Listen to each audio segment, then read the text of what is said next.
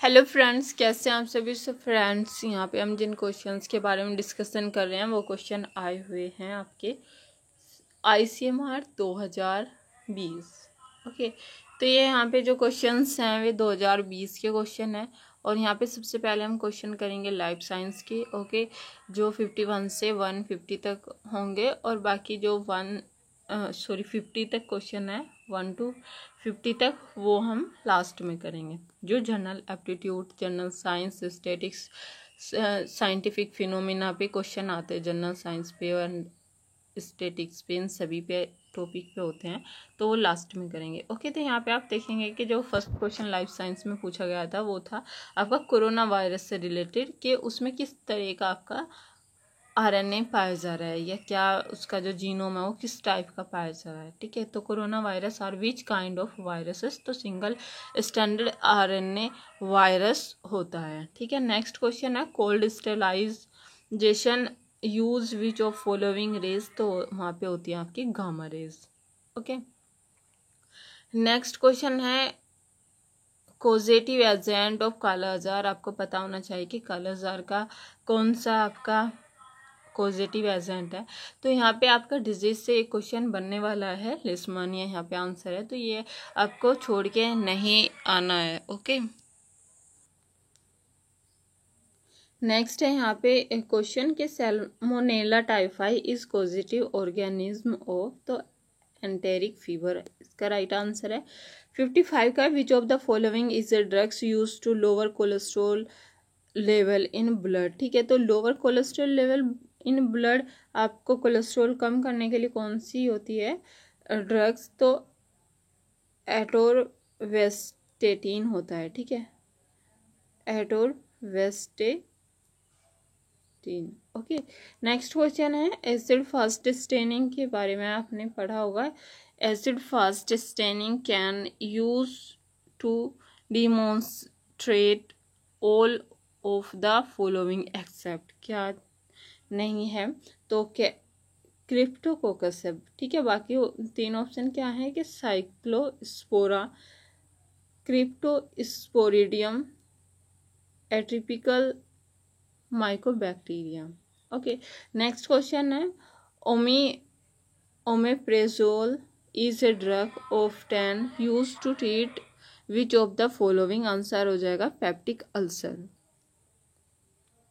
Okay, तो यहाँ पे आपने देखा कि ओमेप्रेजोल एक ड्रग्स है जिसका हम यूज़ कर रहे हैं पेप्टिक अल्सर में। ओके, तो पेप्टिक अल्सर आपको पता होगा क्या होता है। ठीक है, जब आपके स्टमक में हाई एसिड बनता है और उसकी वजह से वहाँ पे स्टमक में डैमेज हो रहा है, ड्यूडेनम में डैमेज हो रहा है, वहाँ पे म्यूकस मेम्ब्रेन वहाँ पे डैमेज हो रही है, वहाँ पे काफ़ी ज़्यादा इन्फेक्शन हो रहा है, तो तब उसको हम बोलते हैं peptic ulcer disease. Okay, next question है atropine is useful in poisoning due to, तो atropine is useful in poisoning due to organophosphates. ठीक है, ऑर्गेनोफॉस्फेट्स। नेक्स्ट क्वेश्चन है which both affinity of a drugs for its receptor and its intrinsic activity are determined by its chemical structure। ठीक है, किसके बारे में था कि both the affinity of drugs for its receptor के साथ में ड्रग्स की affinity and intrinsic activity are determined by its chemical structure, कि उसकी केमिकल स्ट्रक्चर कैसी होगी, दोनों बातें उस पर डिपेंड करेंगी, उसकी एफिनिटी भी ड्रग्स की, ओके, रिसेप्टर के साथ में, and intrinsic activity. Okay, next question है the study of biochemical, cellular and physiological effects of drugs and their mechanism of action is known as pharmacodynamics। Next question is 61. A 36-year-old man in non case of bronchial asthma उनको bronchial asthma है, has a tidal volume of 300 ml, okay, उसका जो tidal volume है वो 300 ml है। Dead space volume आपका जो DSV है वो आपका 200 ml है। एंड रेस्पिरेटरी रेट आपका उनका जो है 20 ब्रीथ्स पर मिनट है, ठीक है, 20 ब्रीथ्स पर मिनट है। What would be the value of pulmonary ventilation in this patient? तो वहाँ पे हमें पल्मोनरी वेंटिलेशन उनका बताना है, तो पल्मोनरी वेंटिलेशन हो जाएगा आपका 6L is right answer. Next question है cardiac muscles can not be tetanized because of which of the following reason? तो उसका रीजन क्या होगा? आंसर हो जाएगा long absolute refractory period, long absolute refractory period. Next question है an action potential in a nerve, ठीक है, तो an action potential in nerve, तो वो क्या आंसर राइट हो जाएगा यहाँ पे? Is terminated by efflux of potassium, okay.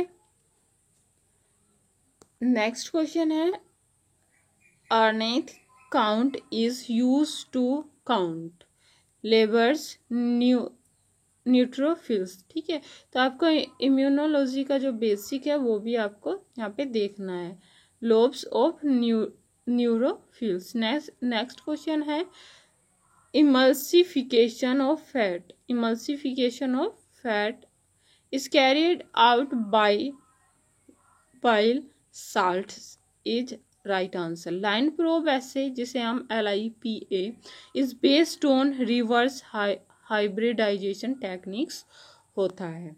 Next question है वेस्टर्न ब्लोटिंग, आपको पता होगा western blotting is the techniques use for identification of protein. तो यहाँ पे आपको पता होगा सदर्न ब्लोटिंग आपके DNA के लिए होती है, जो नॉर्दर्न ब्लोटिंग है वो आपकी RNA के लिए होती है, एंड जो आपकी वेस्टर्न ब्लोटिंग है वो आपकी प्रोटीन के लिए होती है, ठीक है। और जो ईस्टर्न ब्लोटिंग है वो पोस्ट ट्रांसलेशन मॉडिफिकेशन है या इस तरह की एक अलग टेक्निक है, ठीक है। लेकिन हम यहाँ पे 3 टेक्निक्स के बारे में पढ़ते हैं और इन तीनों के बारे में आपको पता होना चाहिए, क्या पता नेक्स्ट टाइम आपका सर्दन या वेस्टर्न से पूछ ले, ठीक है। तो सर्दन से आपका हो जाएगा DNA, वेस्टर्न से हो जाएगा आपका नॉर्दर्न से हो जाएगा आपका RNA एंड वेस्टर्न से हो जाएगा आपका प्रोटीन, ओके। नेक्स्ट क्वेश्चन है weakness of hydrogen bonding between bases in sticky end are stabilized by a process called as ligation, ठीक है। क्या है? Weakness of hydrogen bonding between bases in sticky end are stabilized by a process.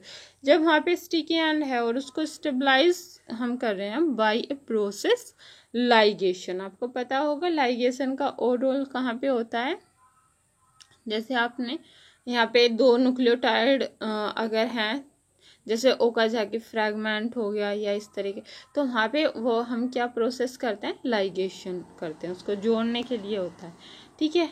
Next है SSP PCR is, तो SSP का मतलब क्या होता है? Sequence specific primer polymerase chain reaction. PCR का आपको पता है पॉलीमरेज चेन रिएक्शन, तो SSP क्या है? Sequence specific primer, okay.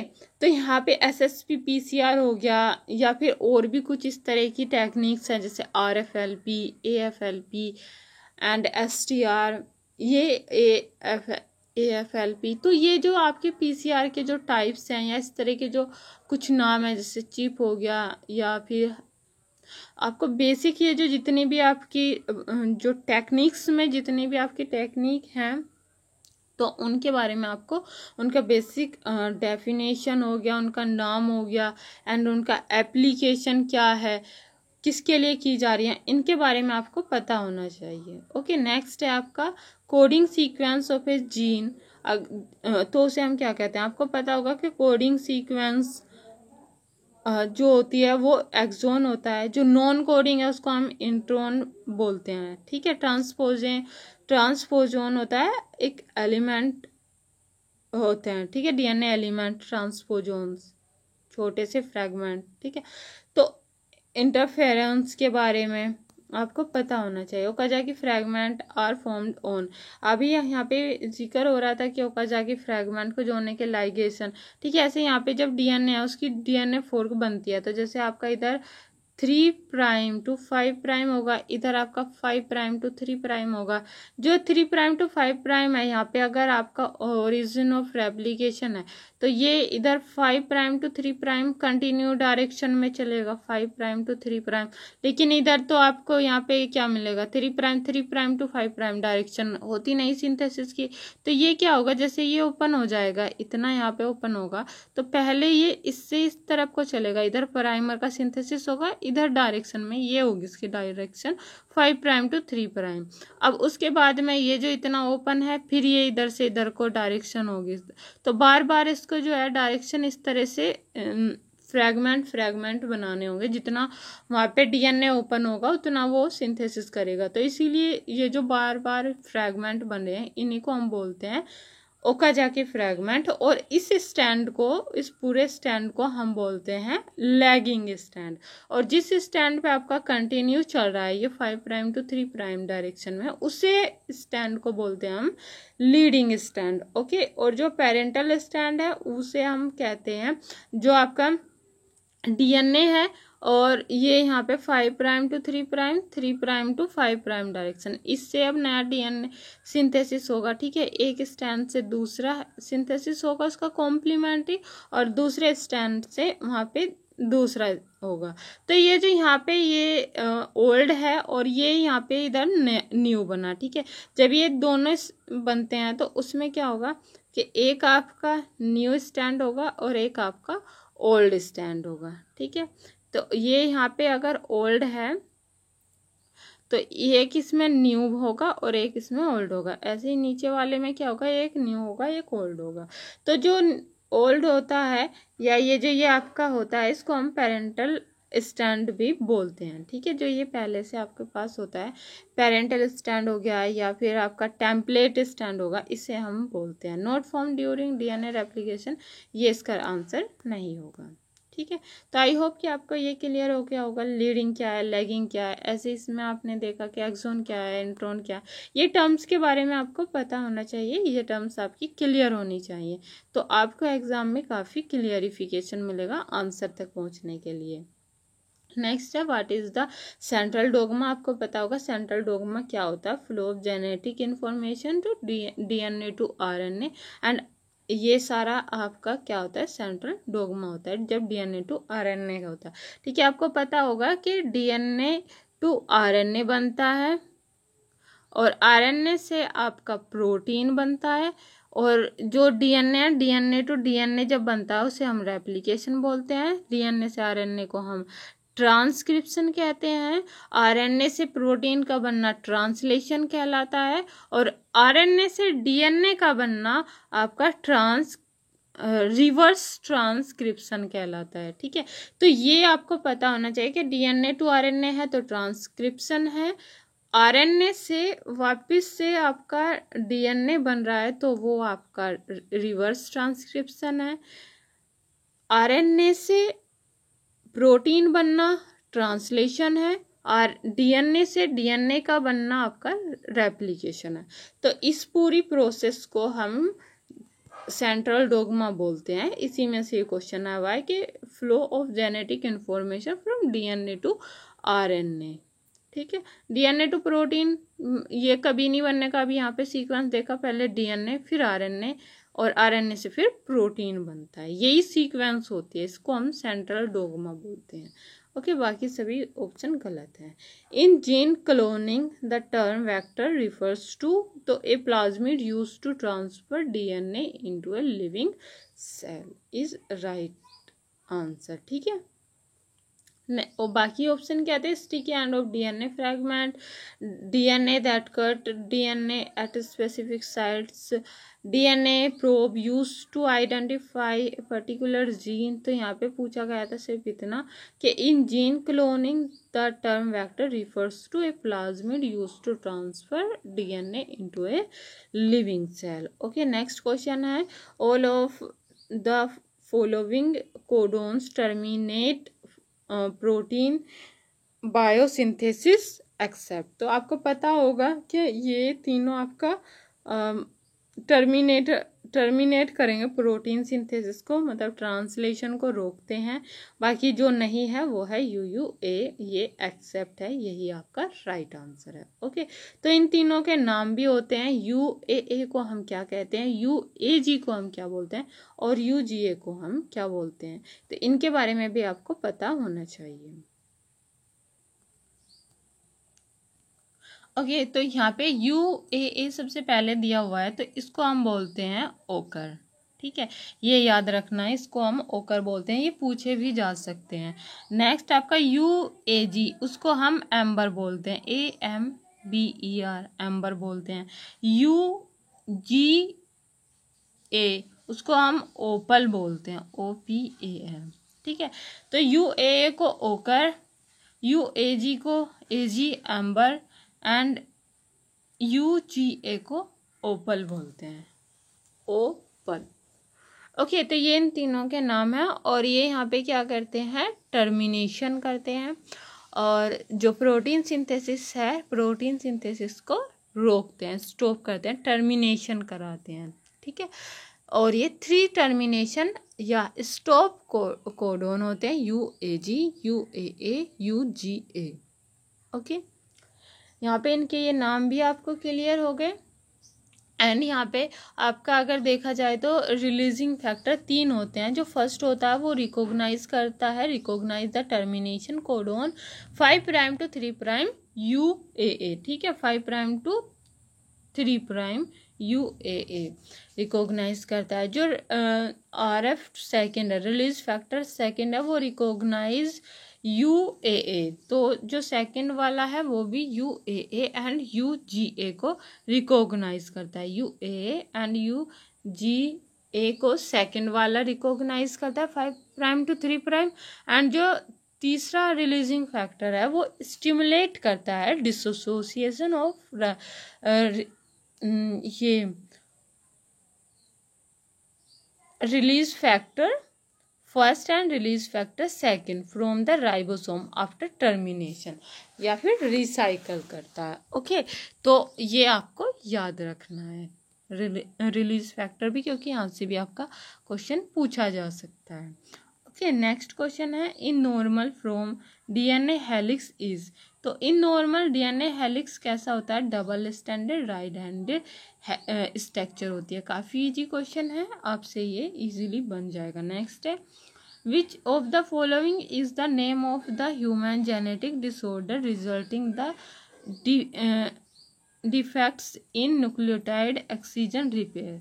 तो यहाँ पे आपको बताना name of human genetic disorder के बारे में, रिजल्टिंग फ्रॉम डिफेक्ट इन, अगर वहाँ पे न्यूक्लियोटाइड ऑक्सीजन रिपेयर है तब।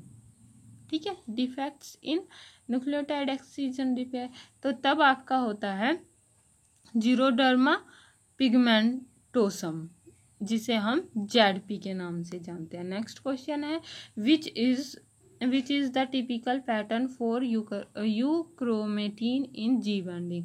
आपको पता होगा G बैंडिंग मतलब यहाँ पे आपका lightly stained due to GC rich content, ये याद रखना। बाकी R बैंडिंग है, G बैंडिंग है, तो ये आपको क्लियर होने चाहिए सभी के बारे में, जैसे रिवर्स बैंडिंग जिसे हम बोलते हैं, R बैंडिंग। ठीक है, नेक्स्ट है coupling and repulsion. Coupling and repulsion are 2 aspects of a single phenomena called linkage, हम उसे कहते हैं। नेक्स्ट है a cow with red coat is crossed with a bull having white coat. एक जो आपका काउ है जिसका रेड कलर है, एक बुल है जो वाइट कोट का है, their offspring produce in F1 generation show roan coat. आपको रोन कोट के बारे में पता है, ये पहले भी नेक्स्ट उसमें भी क्वेश्चन आया हुआ था जो हमने नेक्स्ट 2000 इसमें किए हुए थे क्वेश्चंस। तो ये यहाँ पे रोन कलर का या रोन कोट मतलब जो उसके बाहर की जो सरफेस है, उसकी बॉडी की सरफेस है, तो उस पर 2 कलर दिखाई देंगे आपका, वाइट भी होगा एंड रेड भी होगा, दोनों के पैचेस वहाँ पे दिखाई देंगे, ठीक है, रेड के एंड वाइट के, तो इसलिए उसको रोन कलर बोलते हैं। This effect is produce due to juxtaposition of small patches of red. यहाँ पे आ गया देखो कि small patches of red and small patches of white colour.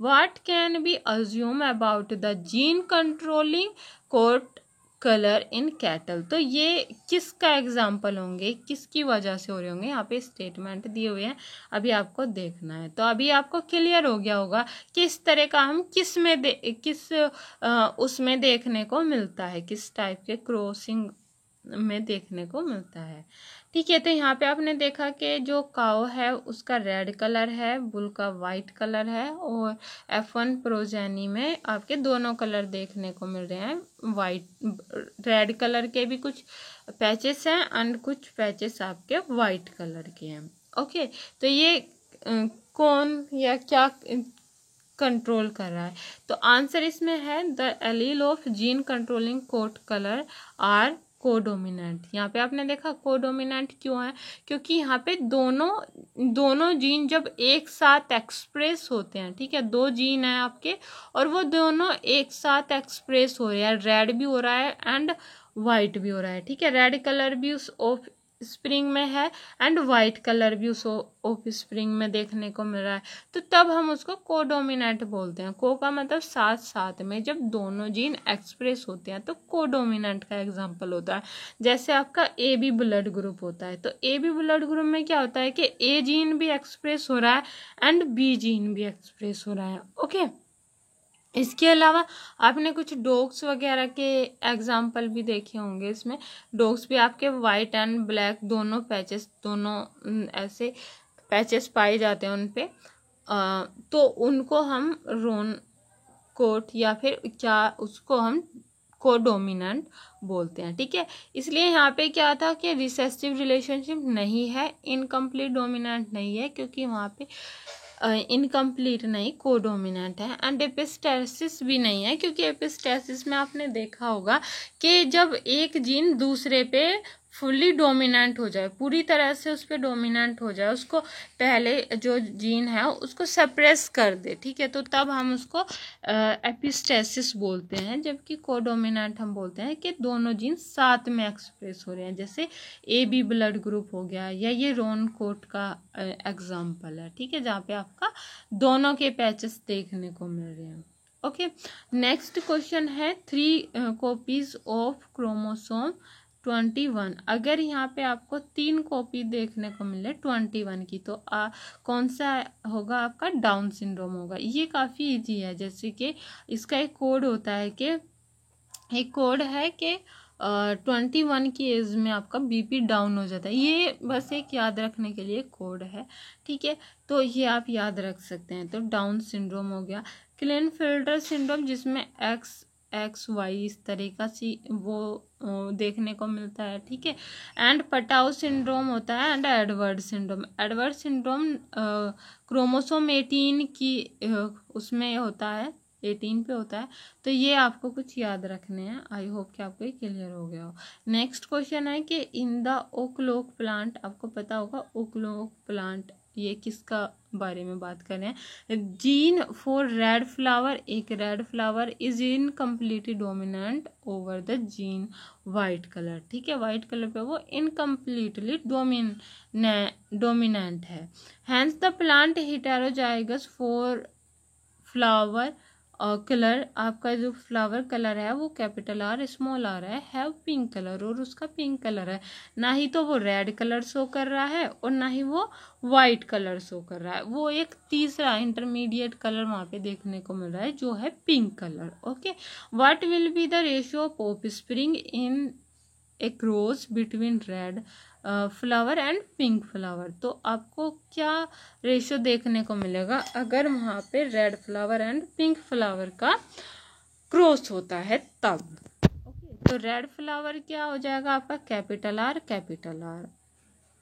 अब यहाँ पे आपका ये हो गया capital R and capital R, इधर आपका वाइट आपका हो जाएगा small R small, cross between red colour and pink, तो यहाँ पे ये नहीं आने का स्मॉल आर, यहाँ पे आएगा पिंक में, तो इन्होंने क्या बताया कैपिटल आर। तो अब यहाँ पे रेशो आपको capital R capital R capital R capital R हो जाएगा, capital R small R capital R small R. ठीक है, अब आपने देखा कि यहाँ पे 50% जो हैं आपके कैपिटल आर आ रहे हैं, मतलब रेड होंगे, और 50% आपके पिंक होंगे, तो आंसर निकल के आएगा थर्ड कि 50% आपके रेड आएंगे और 50% आपके पिंक आएंगे जब हम red flower and pink flower का क्रॉस कराएंगे तब। ओके, तो आई होप कि आपको ये क्वेश्चन भी क्लियर हो गया होगा जो जेनेटिक्स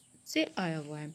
नेक्स्ट है character which appear in the first filial generation are called, तो वो कैसी होती है। आपको पता होगा कि जब F1 प्रोजेनी होती है तो वहाँ पे जोन सा भी जीन एक्सप्रेस होता है वो आपका डोमिनेंट कैरेक्टर होता है। ठीक है, जो जीन वहाँ पे एक्सप्रेस होता है वो डोमिनेंट कैरेक्टर होता है, तो ये आपको ध्यान रखने वाली ही बात है और ये क्वेश्चन इजीली आप कर सकते हैं। विच of the following character was not choose in Mendel, Mendel ने कौन सा कैरेक्टर को जो है नहीं लिया था। ठीक है, कौन से कैरेक्टर को सिलेक्ट नहीं किया था। आपने देखा होगा कि वहाँ पे पोड शेप होती है। ठीक है, जो मटर की फली होती है उनकी शेप होती है यस, पोड कलर होता है यस, और पोड कलर आपने देखा होगा ग्रीन येलो होता है। ठीक है, एंड वहाँ पे लोकेशन ऑफ फ्लावर यस ये भी होता है। आपने देखा होगा फ्लावर की पोजीशन के वो फ्लावर कहाँ पे पोजीशन है उसकी, कहाँ पे पाया जा रहा है, लेकिन लोकेशन और पोड नहीं होता। ठीक है, क्योंकि फ्लावर और पोजीशन तो पहले ही आ गया है, तो लोकेशन और पोड ये तो एक अलग ही बात है, तो ये नहीं होता, जो नहीं होता वही पूछा गया और 4 आपका राइट आंसर होगा। नेक्स्ट क्वेश्चन है complete set of chromosome which is inherited as a unit from one parent is called. ठीक है, तो वो से हम क्या बोलते हैं कंप्लीट सेट ऑफ क्रोमोसोम को genome. Okay, which is inherited as a unit from one parent is called as genome. Next question है which of the following is not an example of recessive autosomal disease. ये disease भी आपको पढ़ के जानी है। Okay, recessive autosomal disease, dominant autosomal disease, sex linked, Y linked, sex linked dominant, sex linked recessive disease, तो ये आपको डिजीज देख के जानी है। तो यहाँ पे आपका जो रिसेसिव ऑटोसोमल डिजीज है वो हीमोफीलिया है। ठीक है, नेक्स्ट क्वेश्चन है the function of the centromere is, centromere का क्या फंक्शन होता है, तो आपको पता होगा फॉर्मेशन ऑफ स्पिंडल फाइबर। तो जो सेंट्रोमियर होती है, जब एक क्रोमोसोम जब जो ये सेंट्रोमियर होती है, तो जब ये बीच में से स्प्लिट, बीच में से टूटती हैं, दो सिस्टर क्रोमेटिड अलग होती हैं। ठीक, तो तब ये क्या होता है formation of spindle fibre. Sorry, यहाँ पे सेंट्रोमियर नहीं, यहाँ पे दिया हुआ है द फंक्शन ऑफ सेंट्रोसोम। ठीक है, सेंट्रोसोम के बारे में कहा है। तो सेंट्रोसोम का क्या होता है, ये आपकी एक सेल है, यहाँ पे डबल मेम्ब्रेनल क्या होगा आपका न्यूक्लियस होगा, डबल मेम्ब्रेनल न्यूक्लियस होगा, और इसी के पास में आपकी यहाँ पे सेंट्रोसोम, ये इस तरह से सेंट्रियोल्स पाए जाते हैं 90 डिग्री के एंगल पे, यहाँ पे ये सेंट्रियोल्स पाए जाते हैं। ठीक है, और ये होता है आपका सेंट्रोसोम इस तरह से। तो ये आपका क्या करता है, काफ़ी बड़ा हो गया, छोटा ही होता है। ओके, लेकिन यहाँ पे हमें बस समझना है कि क्या इसका वो है। ठीक है, तो यहाँ पे ये पाया जा रहा है 90 इस पे एंगल पे इस तरह से 90 डिग्री एंगल पे सेंट्रोसोम पाया जाता है। तो ये क्या करता है, फॉर्मेशन ऑफ स्पिंडल फाइबर का करता है। ठीक है, उसके बाद में ये दोनों एक इस पोल पे आ जाएगा और एक इधर इस पोल पे आ जाएगा, और फिर ये सब डिसअपियर हो जाते हैं, न्यूक्लियस वगैरह, मेम्ब्रेन, और उसके बाद में यहाँ पे ये इस तरह से इसका फॉर्मेशन ऑफ स्पिंडल फाइबर यहाँ पे देखने को मिलता है। ओके, जब सेल डिवीजन होता है। नेक्स्ट है insulin and glucagon are the hormone secreted by pancreas. तो यहाँ पे आपको पता होना चाहिए कि इंसुलिन किससे सीक्रेटेड होता है, ग्लूकेगोन किससे होता है, अल्फा से ग्लूकेगोन होता है। ठीक है, नेक्स्ट है कि sweat is secreted by eccrine gland is right answer. Next question है which of the following is known as the pacemaker of heart. तो SA node is right answer. Next है which of the following connective tissue often serves as a support framework for epithelium. तो areolar tissue. Next question है a device in which large volume of living cell are cultured to get a specific product is called bioreactor.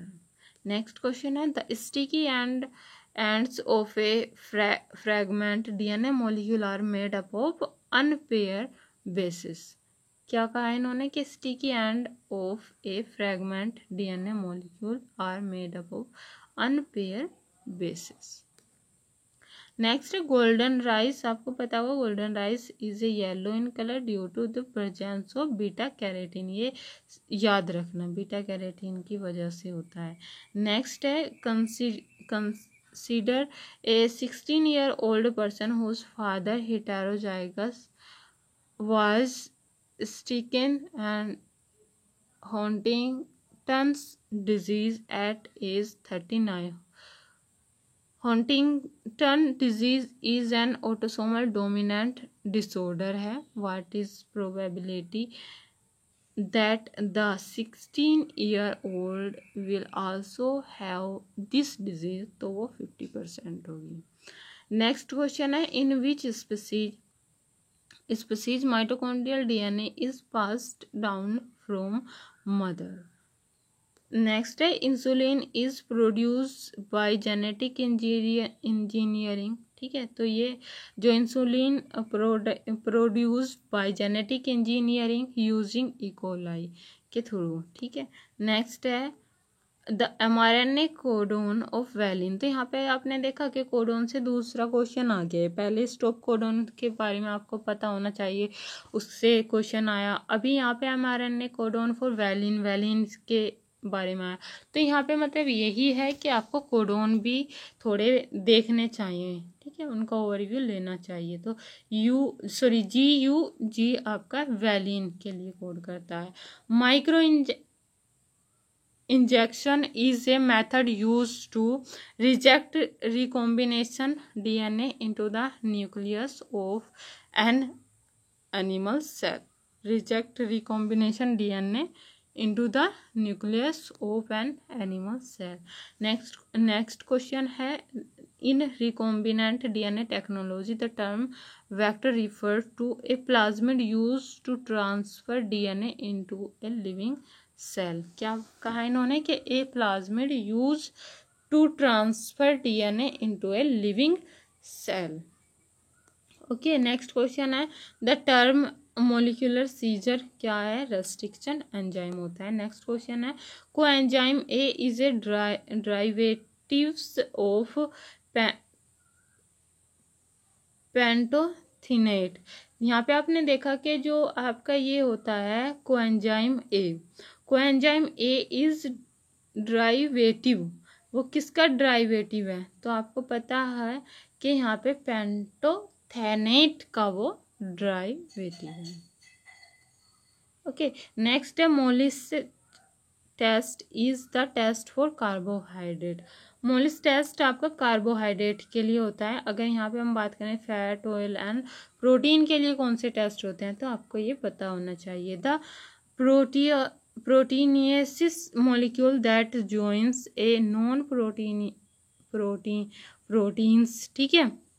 तो यहाँ पे non protein prosthetic group for the functional enzyme is called apoenzyme. तो वो क्या किसके बारे में पूछ रहे हैं, द प्रोटीनियस मॉलिक्यूल, ठीक है, उसके बारे में पूछ रहे हैं। तो वो क्या हो जाएगा, एपो एंजाइम हो जाएगा। That join a non proteinaceous prosthetic group to form a functional enzyme is called, तो वो हो जाएगा आपका एपो एंजाइम। नेक्स्ट आपका है adult human haemoglobin consist A.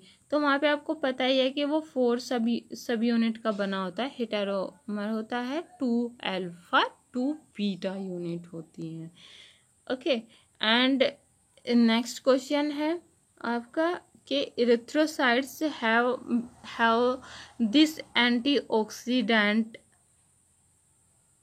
Which protects the integrity of the cell membrane from oxidative damage. Answer क्या हो जाएगा, ग्लूटाथियोन। नेक्स्ट है alpha oxidation of fatty acid take place in. आपको पता होना चाहिए कि जो अल्फा ऑक्सीडेशन है, देखो कुछ क्वेश्चन है ना रिपीट हो रहे हैं बार बार। ओके, तो आपको ये फोकस करना चाहिए कि जो क्वेश्चन रिपीट हो रहे हैं तो उन्हें अच्छे से याद रखें, या फिर जो क्वेश्चन रिपीट नहीं हो रहे हैं हो सकता है वो नेक्स्ट टाइम पूछे जा सकते हैं, या फिर आप ये देखें कि जो क्वेश्चन बार बार पूछे जा रहे हैं उनको उनके आसपास के जो कॉन्सेप्ट हैं उनके बारे में आपको पता होना चाहिए। तो यहाँ पे ये क्वेश्चन पहले भी आया हुआ है 2019 में, फिर 2020 में भी आई है, ठीक है। तो यहाँ पे क्या है कि alpha oxidation of fatty acid take place in peroxisome is right answer. Okay, next question है lens protein. Lens protein is an example of sequestrated antigen. Sequestrated antigen is right answer. ये एग्जाम्पल है lens protein का। Next है the process of killing all micro organism along with their spores is, answer हो जाएगा sterilisation. Next question है which of the following hormone is secreted by alpha cell. अभी आपको बताया था कि अल्फा सेल किसका सीक्रेशन करता है, ग्लूकेगोन का, ठीक है।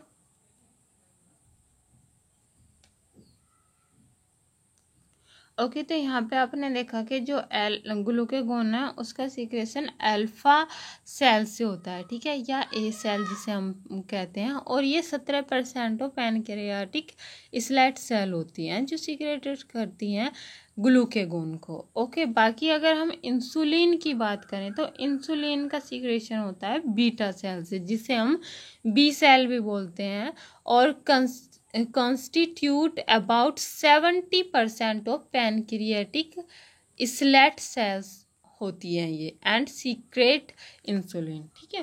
तो ये कितनी होती हैं, वहाँ पे 70% होती है, और जो अल्फा सेल है वो आपकी 17% होती है, ठीक है। इधर आपका एक और होता है जिसे हम बोलते हैं डेल्टा, ठीक है। तो जो आपका डेल्टा सेल होती हैं वो 7% है, एंड वो सीक्रेट करती हैं सोमैटोस्टेटिन को, ठीक है। डेल्टा सेल किसको करती हैं, सोमैटोस्टेटिन को। तो यहाँ पे आपको फोकस करना है। यहाँ पे अगर कोड की मैं बात करूँ तो यहाँ पे एजी याद रखना, ठीक है। एजी मतलब अल्फा और जी का मतलब ग्लूकेगोन। और अगर आपको ग्लूकेगोन के बारे में पता है तो फिर आप इंसुलिन का आप निकाल लोगे कि बीटा सेल होंगी, और डेल्टा का तो आपको पता ही है कि वो सोमैटोस्टेटिन है। लेकिन जो इम्पोर्टेंट है वो है आपका इंसुलिन का सीक्रेशन बीटा सेल के थ्रू, एंड ग्लूकेगोन का सीक्रेशन अल्फा सेल के थ्रू। ये दोनों आपको पता होना चाहिए, जिसमें से एक कोड हो जाएगा एजी, ठीक है। जैसे आपने सुना भी होगा Ag। ओके, तो ये Ag आप याद रखना है, Ag। और यहाँ से भी आपने देखा 2 क्वेश्चन अभी अभी में यहाँ से पूछ लिए गए हैं, ठीक है। नेक्स्ट क्वेश्चन है the breast milk secreted up to 2 weeks after delivery is called. जो ये आपका ब्रेस्ट मिल्क सीक्रेटेड होता है up to 2 weeks after delivery is called, उसको हम बोलते हैं ट्रांजिशनल मिल्क। ओके, क्या बोलते हैं? Transitional milk. नेक्स्ट क्वेश्चन है device used to prevent tension on suture line after repair of cleft lip। तो आंसर हो जाएगा लोगेंस बाउ। नेक्स्ट है middle stomach pain is associated with ovulation. Middle stomach pain is associated with ovulation. Next है DNA sequencing से DNA sequencing depth is also known by another term coverage is right answer. ये भी question पहले देखा हुआ है। तो which of the following is nucleotide sequence data base. तो आंसर क्या हो जाएगा? EMBL। नेक्स्ट है frame shift mutation. Frame shift mutation से हर बार क्वेश्चन आ रहा है। तो यहाँ पे क्या है कि frame shift mutation result from deletion of single base. आपने देखा होगा कि 1 से 2 सिंगल का डिलीशन या डुप्लीकेशन होता है सिंगल बेस पेयर का, तो तब वहाँ पे फ्रेम शिफ्ट देखने को मिलता है। अगर आप वहाँ पे एक कोडोन को हटा देंगे या एक कोडोन को वहाँ से हटा देंगे या एक कोडोन को ऐड कर देंगे। एक कोडोन का मतलब होता है कि 3 न्यूक्लियोटाइड, ठीक है, जैसे AAG। तो अगर ये इस तरह का कोडोन वहाँ पे आप हटा रहे हैं, लगा रहे हैं, तो वहाँ पे सिर्फ एक एमिनो एसिड का डिफरेंस आएगा उस पूरे पॉलीपेप्टाइड चेन में।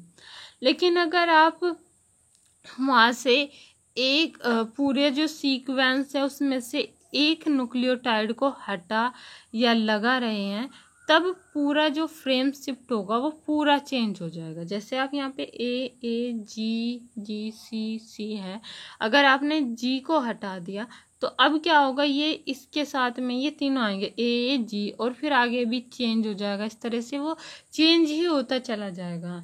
तो इसलिए यहाँ पे जो फ्रेम शिफ्ट म्यूटेशन है वो डिलीशन ऑफ सिंगल बेस की वजह से होता है या डुप्लीकेशन, ठीक है। नेक्स्ट है blast use a substitution matrix to find matching words where first identifies identical matching word using the hashing procedure, okay, is right answer। next है in hybridoma technique B cell was fuse with.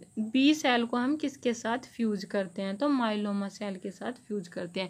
ये question भी कई बार repeat हुआ है इन ICMR। तो यहाँ से भी आप इसके पूरे कॉन्सेप्ट को अच्छे से देख कर जाना है। नेक्स्ट है which of the following is also called suicide enzyme. तो आपको पता होना चाहिए सुसाइड एंजाइम कौन सा है। O6 alkyl guanine transferase ADA। AD guanine का GA, सॉरी यहाँ पे ये ADA अलग है, ठीक है। तो ये क्या है? Alkyl guanine transferase. Okay, next है which of the following is not use as a vector in molecular cloning. तो ये क्या हो जाएगा आपका? Not use as a vector in molecular cloning. तो वो है हेप्टेन, क्योंकि आपने देखा होगा प्लाज्मिड का यूज होता है, कोजमिड का होता है, बार्क BAC बैक्टीरिया आर्टिफिशियल क्रोमोसोम, ये सभी वेक्टर हैं जिनका मोलिकुलर क्लोनिंग में यूज होता है, बट हेप्टेन का नहीं होता। ठीक है, जो नहीं होता वही आंसर हो जाएगा आपका। नेक्स्ट है आपका कि एक तो बैक होता है, एक यैक होता है। यैक मतलब artificial yeast artificial chromosome. Next question 120 के an object that can not be super imposed on its mirror image is known as, उसे हम बोलते हैं काइरन। ओके, यहाँ पे भी कैन नॉट पूछा है। ठीक है, तो ये फोकस करना। तो कैन नॉट पूछा है कि N object that can not super imposed on its mirror image, तो ये आपका काइरल है। बाकी तीन ऑप्शन क्या थे? Achiral, amphichiral, non chiral. Okay,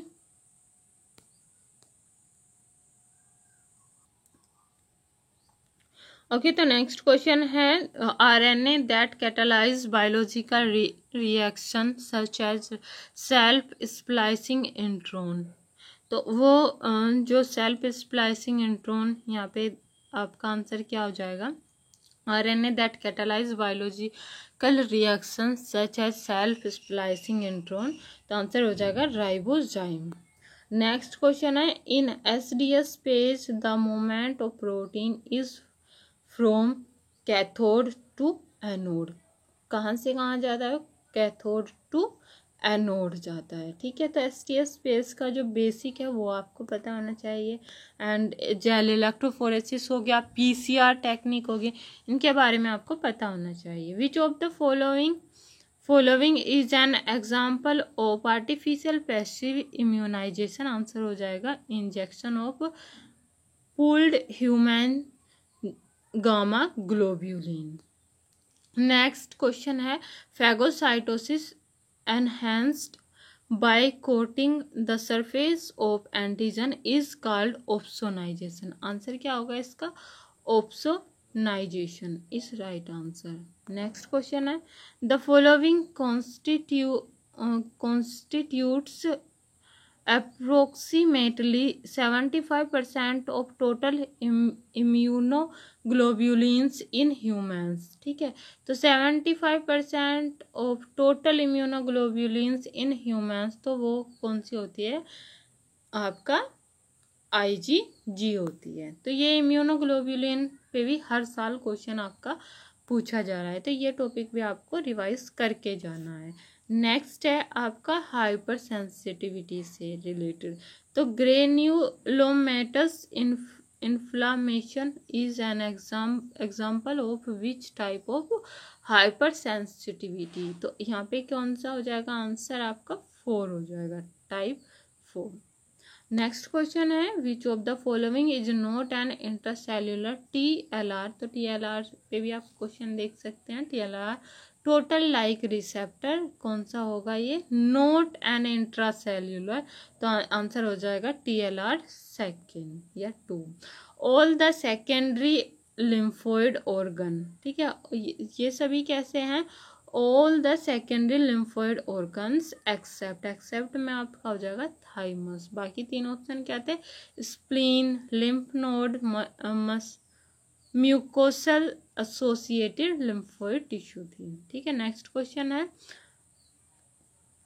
molecular that react with specific antibody but is not immunogenic by itself is called heptane. ठीक है, तो यहाँ पे क्या हो जाएगा? ये हेप्टेन। एंटीजन एंड इम्यूनोजन में क्या अंतर होता है एंड पैथोजन क्या होते हैं?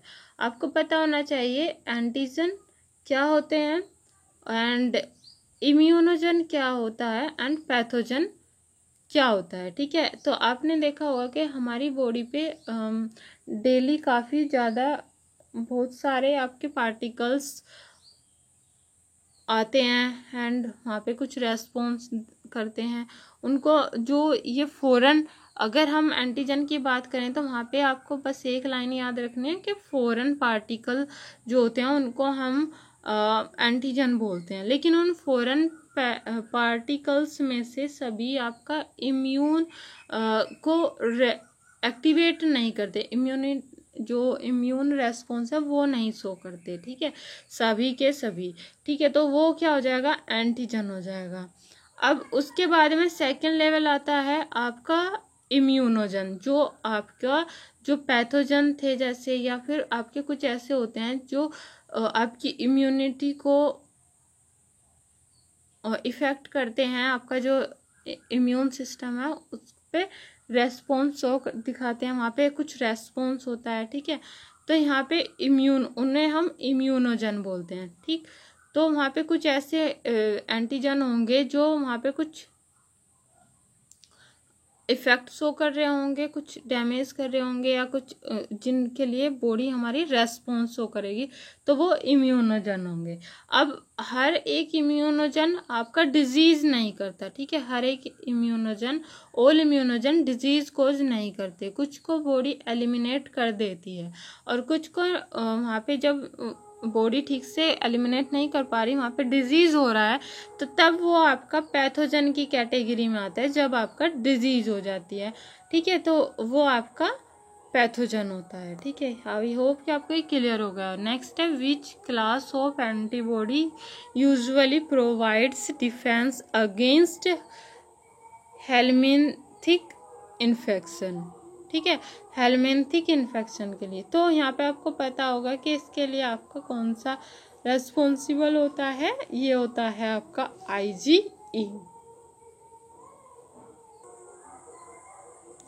ओके, नेक्स्ट है, lady bird beetles is use as biological control for aphids. Aphids is right answer. Next question है, the vertebrae is birds are characteristically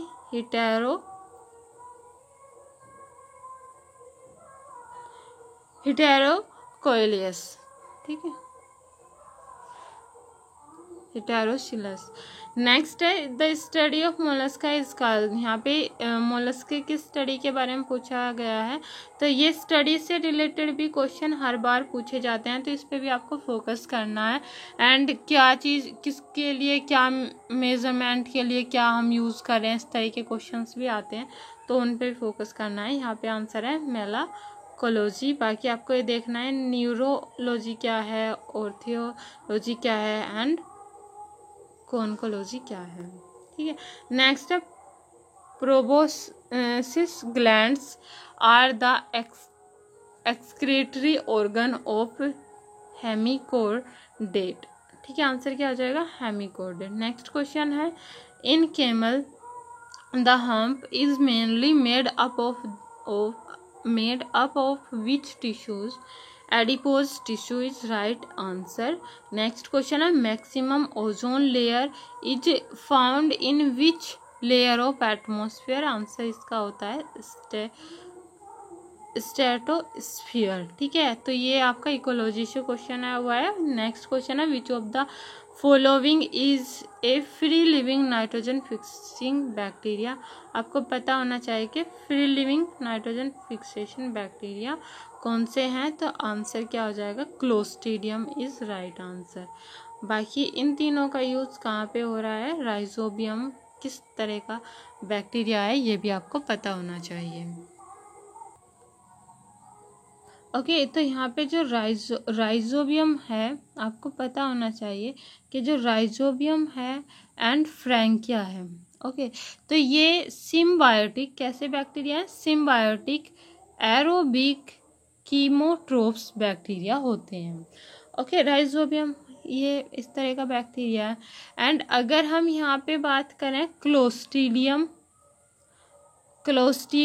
and डिसल्फोविब्रियो, तो जो क्लोस्ट्रीडियम है वो आपका free living anaerobic, free living यहाँ पे दिया हुआ है, इसके अलावा वो एनएरोबिक बैक्टीरिया कीमोट्रोप बैक्टीरिया होता है, ठीक है, तो ये आपको याद रखना है, फ्री लिविंग एनएरोबिक है ये, ठीक है, free living and anaerobic bacteria ये होता है। ओके, ये आपको याद रखना है कि जो आपका राइजोबियम एंड फ्रैंकिया है वो सिम्बायोटिक एरोबिक होता है, ठीक है, सिम्बायोटिक एंड एरोबिक है, जबकि क्लोस्ट्रीडियम आपका फ्री लिविंग एनारोबिक कीमोट्रोफ होता है। एंड अगर यहाँ पे हम बात करें, जब आपकी ये प्रोसेस होती है नाइट्रिफिकेशन, कौन सी प्रोसेस होती है, नाइट्रिफिकेशन। तो नाइट्रिफिकेशन में आपका सबसे पहले क्या होता है, NH4+ से आपका बनता है NO2-, ठीक है। अब NO2 नाइट्राइट आयन से फिर बनता है आपका NO3, ठीक है। तो जब आपकी पहली प्रोसेस होती है NH4 से NO2 अमोनियम आयन से नाइट्राइट आयन, तो वहाँ पे आपका नाइट्रोसोमोनास का यूज होता है। किसका यूज होता है वहाँ पे, नाइट्रोसोमोनास का यूज होता है। अब उसके बाद में जब नाइट्राइट से नाइट्रेट बनता है, तो तब वहाँ पे यूज होता है नाइट्रोबैक्टर का, ठीक है। तब वहाँ पे क्या होता है, नाइट्रोबैक्टर का। तो ये किस में यूज हो रहा है, आपका नाइट्रिफिकेशन में यूज हो रहा है, ना कि आपका नाइट्रोजन फिक्सेशन, ओके। एंड जब ये आपका जैसे हो गया, तो यहाँ पे पूछा गया था free living nitrogen fixing bacteria के बारे में, तो वो क्लोस्ट्रीडियम होगा। नाइट्रोसोमोनास नाइट्रोबैक्टर नाइट्रिफिकेशन में यूज होते हैं। एंड जो सिम्बायोटिक है वो आपका राइजोबियम है। सिम्बायोटिक एरोबिक है, तब वो आपका एरोबिक है। तो ये आपको आपके जो नाइट्रोजन साइकिल है उससे रिलेटेड है क्वेश्चन, एंड ये आपको क्लियर होने चाहिए, यहाँ से भी क्वेश्चन बनने की संभावना है। नेक्स्ट क्वेश्चन है, turbidity in water is measured by, देखा यहाँ पे आ गया ना measured by.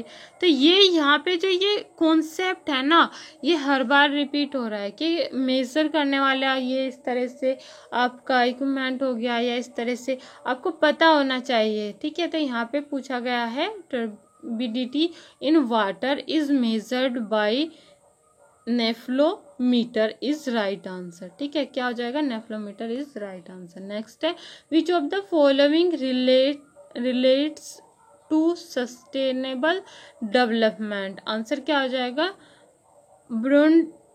ब्रुंडलैंड communication report is right answer. Next question है, विच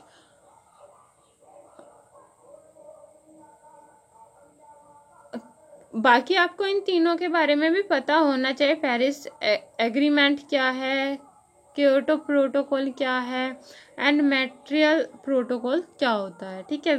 नेक्स्ट क्वेश्चन है, which of the which environmental problem is the result of chemical reaction in the atmosphere that involves sulphur dioxide, answer हो जाएगा sulphur dioxide से related है, तो आपका क्या हो जाएगा, एसिड रेन होता है आंसर, ठीक है। तो ये आपको जो की पॉइंट यहाँ पे मिलते हैं ना, उनको आपको फोकस करना चाहिए जब आप क्वेश्चन रीड करते हैं, इसीलिए बोलते हैं कि क्वेश्चन में उसका आंसर छुपा होता है। नेक्स्ट क्वेश्चन है, बाइकोलेटरल वेस्कुलर बंडल। आपको पता होगा बाइकोलेटरल वेस्कुलर बंडल क्या होते हैं, कुकुरबिटेशियम में होते हैं। ये इस तरह की आपके यहाँ पे स्ट्रक्चर आपने देखी होगी। तो ये इस तरह का आपका बाइकोलेटरल, क्योंकि यहाँ पे दो वे होंगी साइड, एंड बीच में इस तरह से एंड एक कैम्बियम पाई जा रही होंगी दो, तो जाइलम एंड फ्लोएम होता है, ठीक है, इस तरह से। तो यहाँ पे ये कुकुरबिटेसी में देखने को मिलती है स्ट्रक्चर।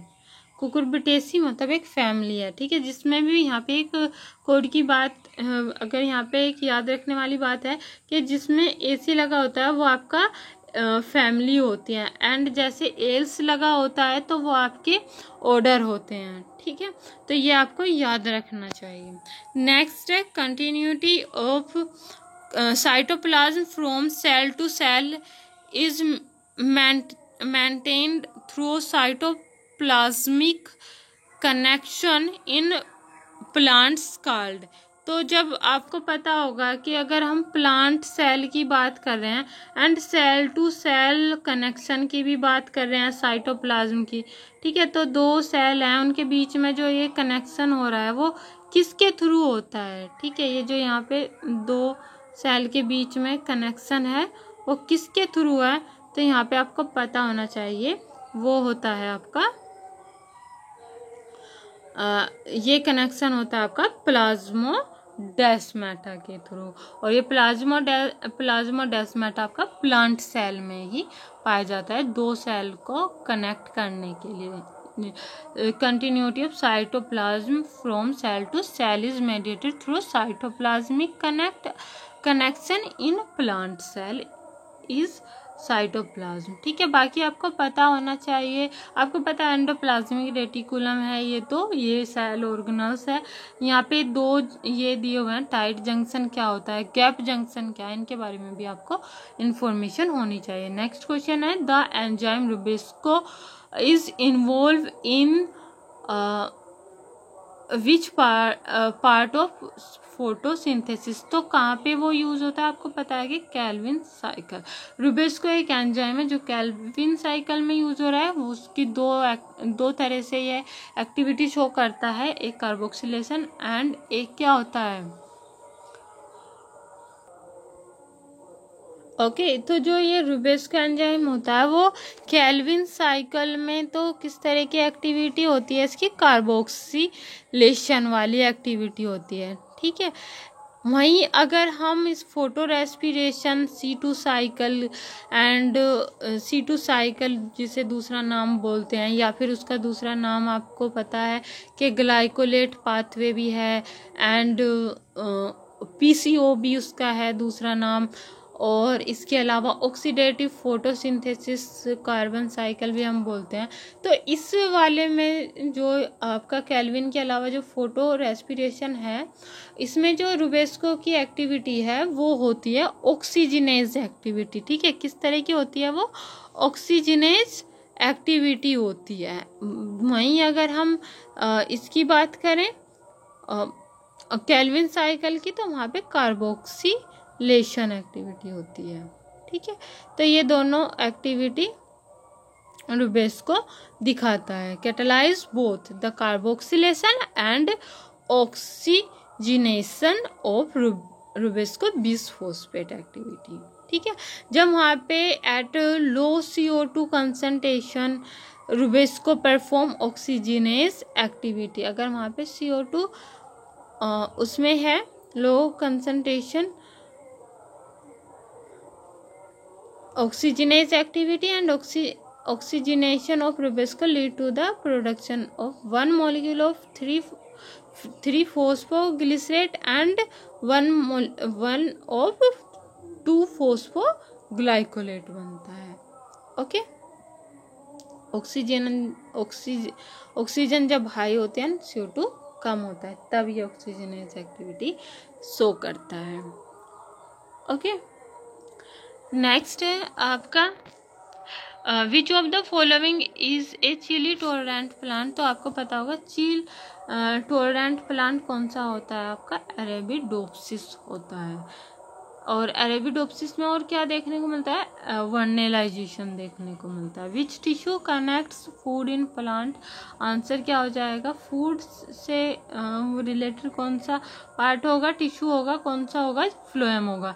एंड अगर हम वाटर से रिलेटेड टिश्यू की बात करें तो वहाँ पे जाइलम होगा। तो जाइलम आपका जो है वाटर के मूवमेंट के लिए रेस्पॉन्सिबल है, वाटर ट्रांसपोर्ट करता है, एंड जो फूड ट्रांसपोर्ट है वो फ्लोएम के थ्रू होता है, ओके। एंड जो जाइलम में वाटर ट्रांसपोर्ट है वो यूनिडायरेक्शनल होता है, रूट टू शूट की तरफ जाता है, और फ्लोएम ट्रांसपोर्ट आपका बाई डायरेक्शनल है, ठीक है। नेक्स्ट है silk is harvested from which of the following, Bombyx mori, ठीक है। तो ये आपको याद रखना है। नेक्स्ट है विच ऑफ द ये भी कुछ ना रिलेटेड सा है प्रीवियस ईयर क्वेश्चन से। ओके, तो एग्जैक्ट यही नहीं है लेकिन ये मॉडिफाइड क्वेश्चन है, तो ये आपको थोड़ा फोकस करना है इस तरह से। विच of the following insect can be use for production of formic acid. आपको पता होगा फॉर्मिक एसिड आपका रेड एंट से होता है, वो रिलीज करती है। And which of the following is not ruminant. तो रूमिनेंट आपका कौन सा नहीं है, ये भी यहाँ से भी क्वेश्चन पूछे जाते हैं, तो वो पिग है, ठीक है, जो नहीं है। और जो है वो कौन से हैं, काऊ, गोट, जिराफ, ठीक है। एंड रानी खेत डिजीज आपको पता होगा एक वायरल डिजीज है, एंड जो किसके थ्रू हो रही है, पोल्ट्री के थ्रू, ठीक है। नेक्स्ट क्वेश्चन जो लास्ट है आपका लाइफ साइंस का लास्ट क्वेश्चन है, तो इसमें क्या पूछा गया था कि frog have a ability to change the colour to hide them, ठीक है, अपने कलर को चेंज कर रहा है वो छुपने के लिए, और उसके अंदर ये एबिलिटी पाई जा रही है। देम फ्रॉम देयर एनिमी, अपने दुश्मन से, एनिमी से बचने के लिए वो अपने कलर को चेंज कर देता है और छुप जाता है, ठीक है। Colour to hide, change the colour to hide. This protective coloration is known as, इसे हम क्या कहेंगे, इसे हम मिमिक्री बोलते हैं, ठीक है।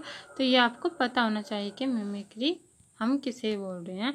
एंड बाकी ये हिबरनेशन क्या है या ये सब क्या है, क्वेश्चन काफ़ी इजी हैं, लेकिन आपको इनके अगर क्वेश्चन नहीं आते तो फिर ये छूटेंगे। और दूसरा आपको प्रीवियस ईयर क्वेश्चन अभी भी टाइम है, 3-4 दिन अभी भी बचे हुए हैं, तो अभी भी आप ये 5 ईयर के जो प्रीवियस ईयर क्वेश्चन पेपर हैं वो आप गूगल से सर्च करके 2018 से 2022 तक के सारे क्वेश्चन आप कर सकते हैं। बाकी यहाँ भी आप ये सारी वीडियो देख सकते हैं इनकी, ठीक है। अभी यहाँ पे आपका एप्टीट्यूड के क्वेश्चन है। ओके, तो ये ICMR है, यहाँ पे आप डेट भी देख सकते हैं, लाइफ साइंस का पेपर है और 2020 का है 12/4, ठीक है। तो ये यहाँ पे टाइमिंग भी दिया हुआ है, क्वेश्चन आपको पता है 150 है, ड्यूरेशन, टाइम ड्यूरेशन आपको पता है 120 का है, 2 घंटे का ही होता है। क्वेश्चन मार्क्स आपको पता है, टोटल मार्क्स आपको पता है कि 125 होते हैं, एंड 125 ही आपको करने हैं क्वेश्चन, ठीक। पार्ट ए में आपको 50 क्वेश्चन करने हैं, पार्ट बी में आपको 75 क्वेश्चन करने हैं, ओके। तो यहाँ पे आप अगर देखेंगे कि जो पार्ट ए में आपके क्वेश्चन आए हुए हैं, जो जनरल एप्टीट्यूड का पार्ट है, ठीक है, एप्टीट्यूड का, तो वहाँ पे आपको फर्स्ट क्वेश्चन दिया हुआ है, mammography is use the screening of breast cancer. Next question है vomit centre is located in medulla oblongata. Next question है टेनेटोलॉजी डील्स विद डेथ से रिलेटेड है, टेनेटोलॉजी डेथ से रिलेटेड होती है। नेक्स्ट है रेड डाटा बुक, आपको पता होगा रशियन डॉक्यूमेंट कंटेनिंग डाटा है जो एंडेंजर्ड स्पीसीज के लिए होती है। नेक्स्ट है we use which element of galvanise metals to prevent them from rusting. तो आंसर क्या हो जाएगा, जिंक हो जाएगा। नेक्स्ट क्वेश्चन है which of the following carries deoxygenated blood. तो ये क्या हो जाएगा, डीऑक्सीजिनेटेड ब्लड। आपको ऑक्सीजिनेटेड ब्लड कौन सा होता है, जिसमें ऑक्सीजन की कमी होती है, तो ये यहाँ पे किस में है, इन सभी में से पल्मोनरी आर्टरी, ठीक है, पल्मोनरी आर्टरी। और जबकि इसका उल्टा होता है, पल्मोनरी वेन में आपका ऑक्सीजनेटेड ब्लड होता है, ओके।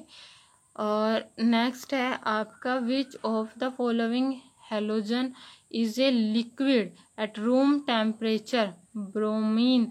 ये भी आपका पहले क्वेश्चन आया हुआ है। नेक्स्ट है common TV remote control send signal using infrared rays is right answer. Next question है glass is a sulfur coated liquid and next है आपका a radioactive element gets spilled over the floor of a room. Its half life in 30 days. It the initial activity is 10 times of permissible value. After how many days will it be safe to enter the room? तो ये 100 days is right answer. Next है hydrogen bomb is based on the principle of nuclear fusion. Next question है nylon threads are made of polyamide polymer का बना होता है. Next है pyrimidine base, आपको पता होगा प्यूरिन का कोड क्या होता है, पेज. ठीक है, प्यूरिन का कोड होता है पेज. ओके, एंड pyrimidine का कोड होता है CUT कट, या फिर आप इसको क्यूट परी के नाम से भी याद रख सकते हैं. क्यूट परी, PRI, प्री मतलब प्रीमिडीन. और इसमें आता है साइटोसिन, थाइमीन एंड यूरेसिन.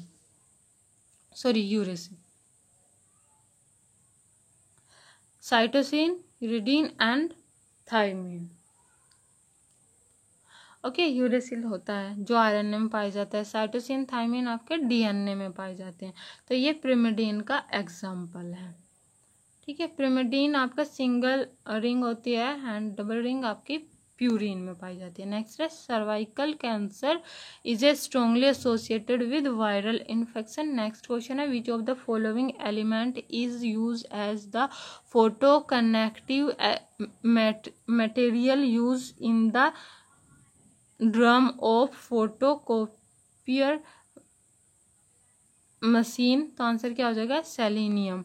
नेक्स्ट है the red soil is red in colour because.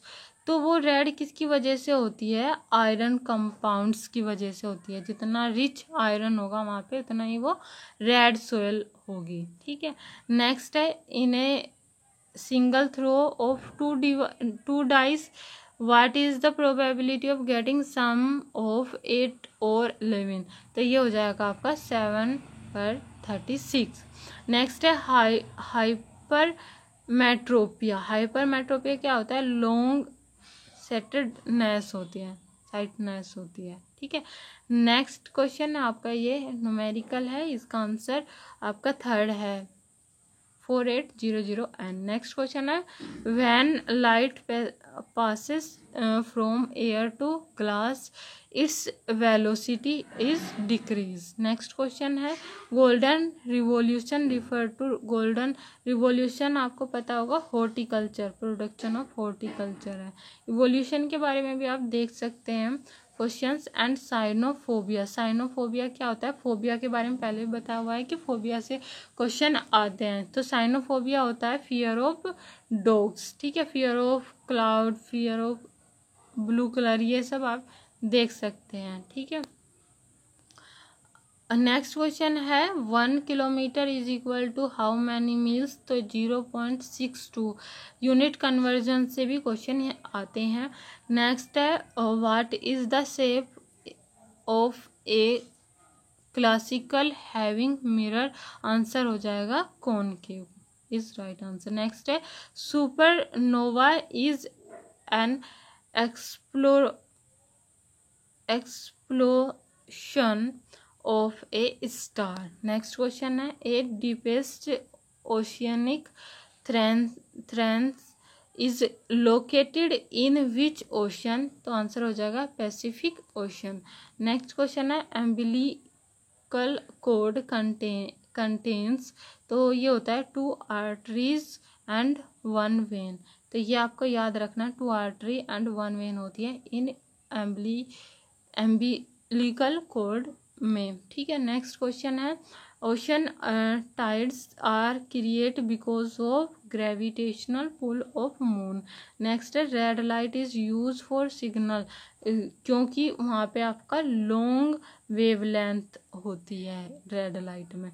Next है the sum of the digits of a 2 digit number 7. The number of obtained by interchanging of digits exceeds the original number by 27, find the original number। यहाँ पे बताना 25 is right answer। Next question है which of the following is true regarding bright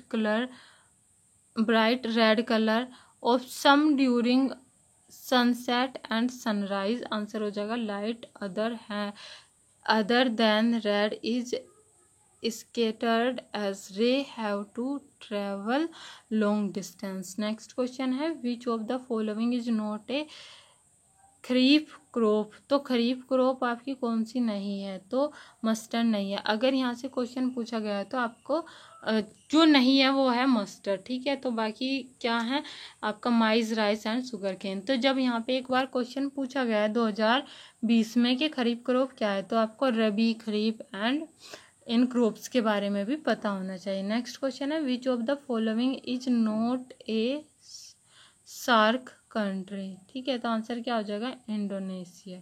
not SAARC country, तो Indonesia is right answer. Next question है lunar eclipse occurs when earth comes in between sun and moon। Next question है earth headquarter of United Nation, UNO का headquarter कहाँ पे है, तो वो होता है न्यूयॉर्क में, ठीक है। तो जो इम्पोर्टेंट है उनके आप हेडक्वार्टर भी देख सकते हैं। WHO डिक्लेयर्ड कोविड-19 एज ए पेंडेमिक ऑन, कब क्या था, 11 मार्च 2020 को। नेक्स्ट है the most abundant element in the universe is, ठीक है। तो मोस्ट अबंडेंट एलिमेंट कौन सा है, आपको पता होगा हाइड्रोजन है, ठीक है। नेक्स्ट है the theory of motivation by Maslow is based on, answer हो जाएगा हायरार्की ऑफ नीड्स।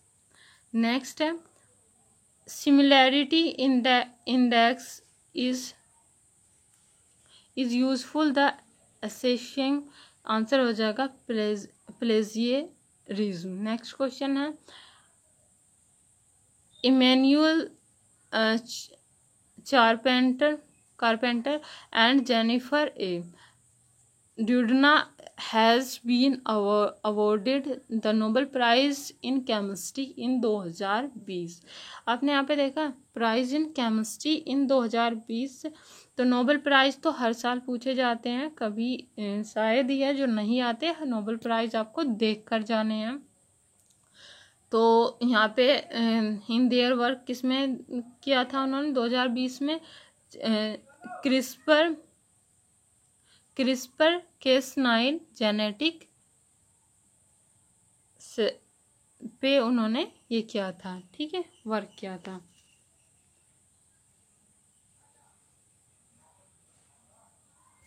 ठीक है, CRISPR Cas9 genetic साइसर्स।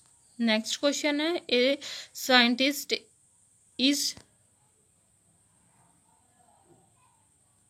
weighing each in 30 pieces, there means weight worked out in 30 gm and standard deviation।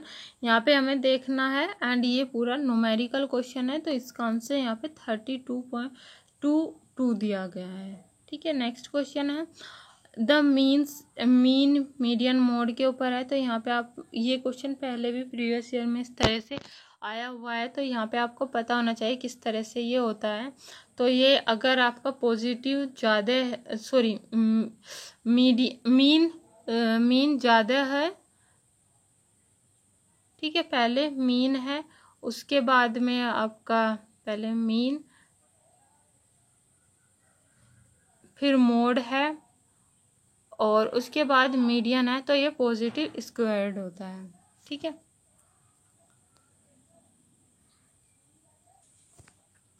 Next है specificity of a test. तो answer हो जाएगा in the ability of a test to correctly identify patient without the disease. Next question है what type of bias is reduced bye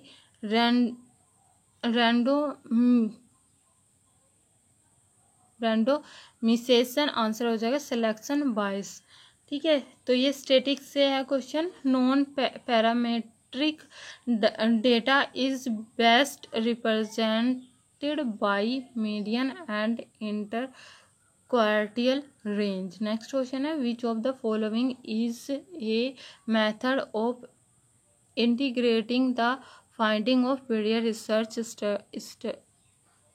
studies using statical procedures, answer हो जाएगा Meta analysis. Next question है आपका ये भी आपका in reporting of result is preferred to report is confidence interval CIS as compared to p value because CI provides significance and variability of the estimate। ठीक है, next question है 48 which of the following mean is not used to report measure of central tendency। ये भी static से ही है, relative means हो जाएगा इसका आंसर। नेक्स्ट है which of the best way to minimise the change of type first error in a diagnostics test तो improving the specificity of the test. Next है what does the term longitudinal test design mean, तो answer क्या हो जाएगा a study